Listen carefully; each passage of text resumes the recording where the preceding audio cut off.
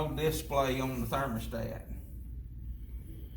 And you go and look, and sometimes it's just no cool, because it depends on how you wire this pump into the system. It has a safety switch on it. You notice it has a 110 volt plug in.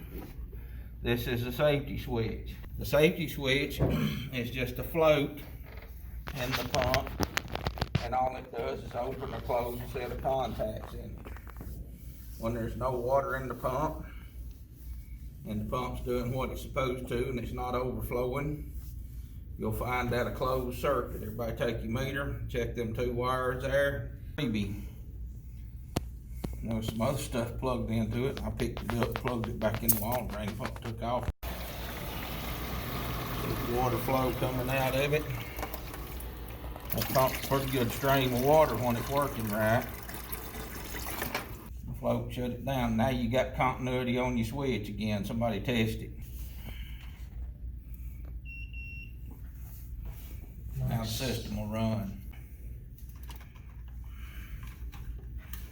It has a check valve in it, so that when you're pumping up, it has up to a 20 feet lift, I think.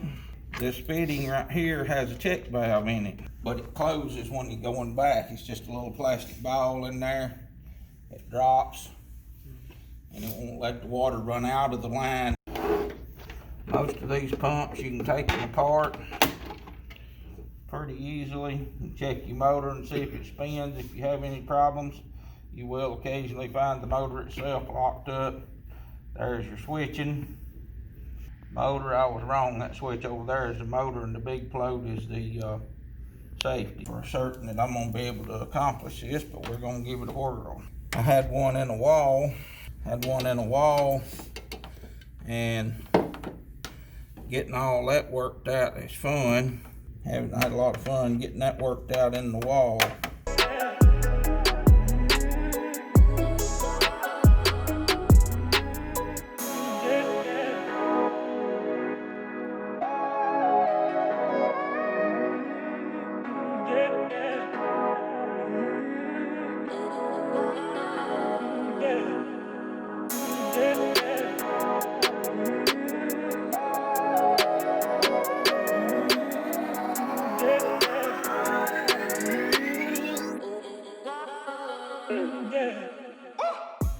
So I'm gonna have a safety specifically for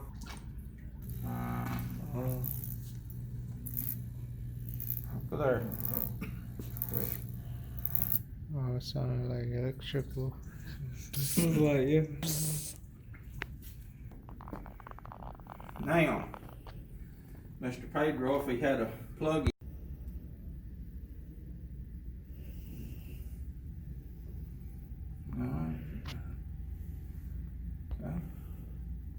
Something that you could have done a little quicker than that is go right over here and find your R.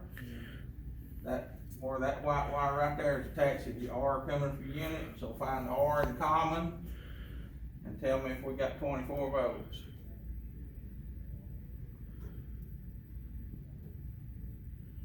Common's gonna be blue more than likely down at the bottom.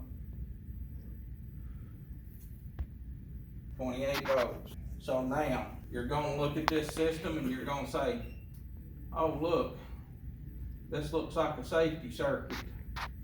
All right?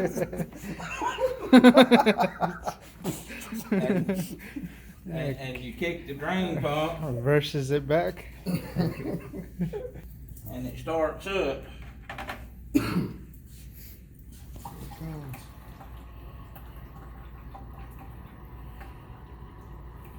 Oh, look there, you got a display on the thermostat.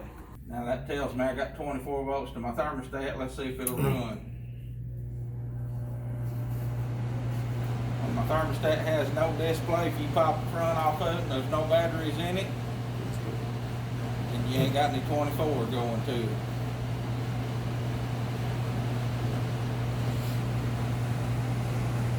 .24 is nominal.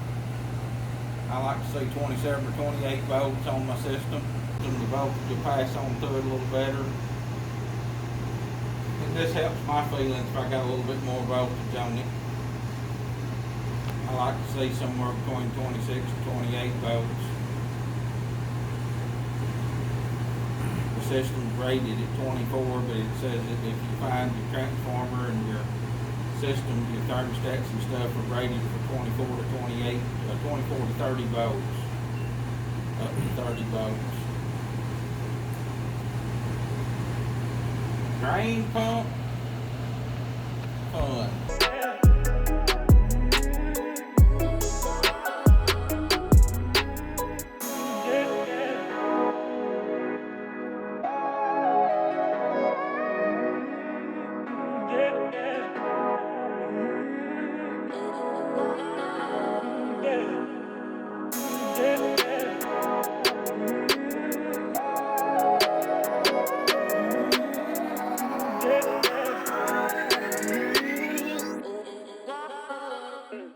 Out of the pan, it catches the water and the float switch floats up if there's an issue.